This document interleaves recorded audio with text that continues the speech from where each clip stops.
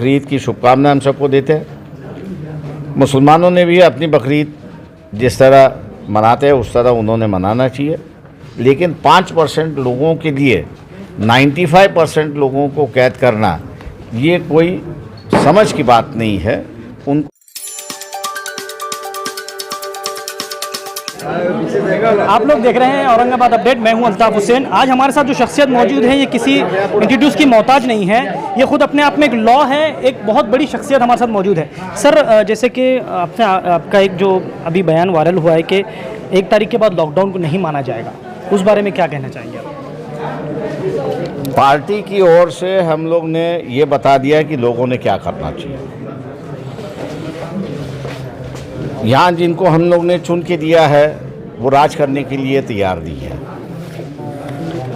वो सिर्फ निर्णय को आगे बढ़ा रहे हैं।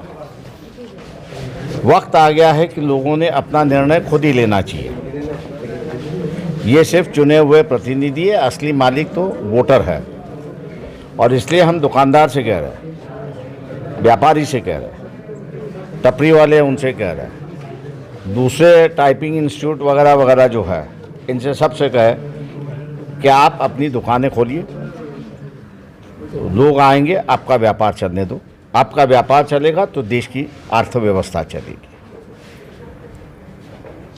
सरकार से ये भी हम लोग कह रहे हैं कि कल बकरी ईद है, बकरी ईद की शुभकामनाएं हम सबको देते हैं।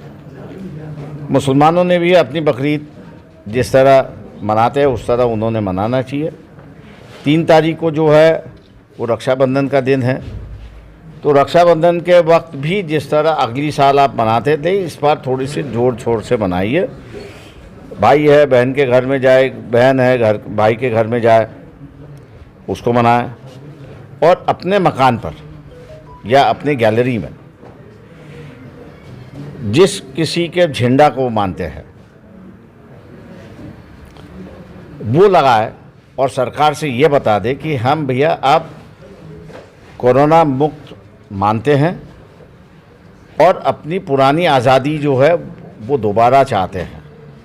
ये जो लॉकडाउन है, इस लॉकडाउन को हमारा विरोध है। मैं उम्मीद करता हूँ कि महाराष्ट्र की जनता देश को रास्ता बताएगी, विश्वास देगी कि भैया 5% लोग क्रिटिकल स्टेज में आ सकते हैं, ऐसी एक रिपोर्ट है।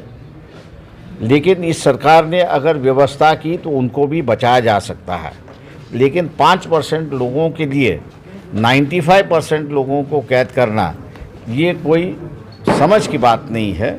उनको बचाना चाहिए, उनकी जो प्रतिकार शक्ति है उसको बढ़ाना चाहिए और उनको भी अपने साथ लेके एक नई ज़िंदगी की शुरुआत होनी चाहिए। सर, जैसे कि 6 करोड़ से ज़्यादा लोग बेरोज़गार हो गए लॉकडाउन लगने के बाद, तो बीजेपी को चाहिए नहीं कि कुछ जनता के लिए या कुछ रोज़गार का बंदोबस्त करें? बीजेपी देखिए ऐसा है कि सरकार ने रोज़गार उपलब्ध करना चाहिए, ये बात सही है। लेकिन मैं समझता हूँ कि आर्थिक व्यवस्था बंद होने के कारण भी यहाँ पर बेरोज़गारी काफ़ी बड़ी पैमाने पर हो गई है। अगर अर्थव्यवस्था शुरुआत होती है तो ये बेरोज़गारी का कुछ हल निकल सकता है, क्योंकि आज व्यापारी जो है वो उसके साथ साथ 2-2, 3-3 जो वर्कर है उसको आज भी संभाल रहा है। उसकी तिजोरी कोई भर नहीं रही है, खाली होते जा रही है। तो ये मैं समझता हूँ कि एक बहुत बड़ी समस्या देश के सामने उभर रही है, तो उसको हम लोग ने नज़रअंदाज करना चाहिए। 12 अगस्त तक घोषणा है कि ट्रेनें बंद है, अगर उसके बाद भी नहीं खोलते तो वंचित बहुजन आघाड़ी की तरफ से कुछ वो उस वक्त हम लोग निर्णय लेंगे, चिंता न करिए। Thank you. वंचित बहुजन आघाड़ी के जो मुखिया है प्रकाश अंबेडकर साहब, इनका कहना है कि हम लॉकडाउन को 1 तारीख के बाद नहीं मानेंगे। जैसे इन्होंने कहा है कि ईद है, कल बकरीद, शुभकामनाएं दी है ईद की, और कहा है कि जिस तरीके से मुस्लिम समाज हर साल ईद मनाता था, इस बार उससे ज़ोरों शोरों से मनाई है उनका कहना है। जैसे कहा है कि रक्षाबंधन है, आने वाले समय में रक्षाबंधन भी आने वाला है, तो अपने जो भाई के घर पर बहन जाती है राखी लेकर, आप बिल्कुल जाए। और जैसे इन्होंने कहा है कि 12 अगस्त को जो घोषणा की गई थी कि ट्रेनें चालू की जाएगी, अगर ट्रेन नहीं चालू की जा सकती है, उसके बाद में इन्होंने कहा है कि हम हमारे हिसाब से जो है जो निर्णय ले सकते हैं लेंगे।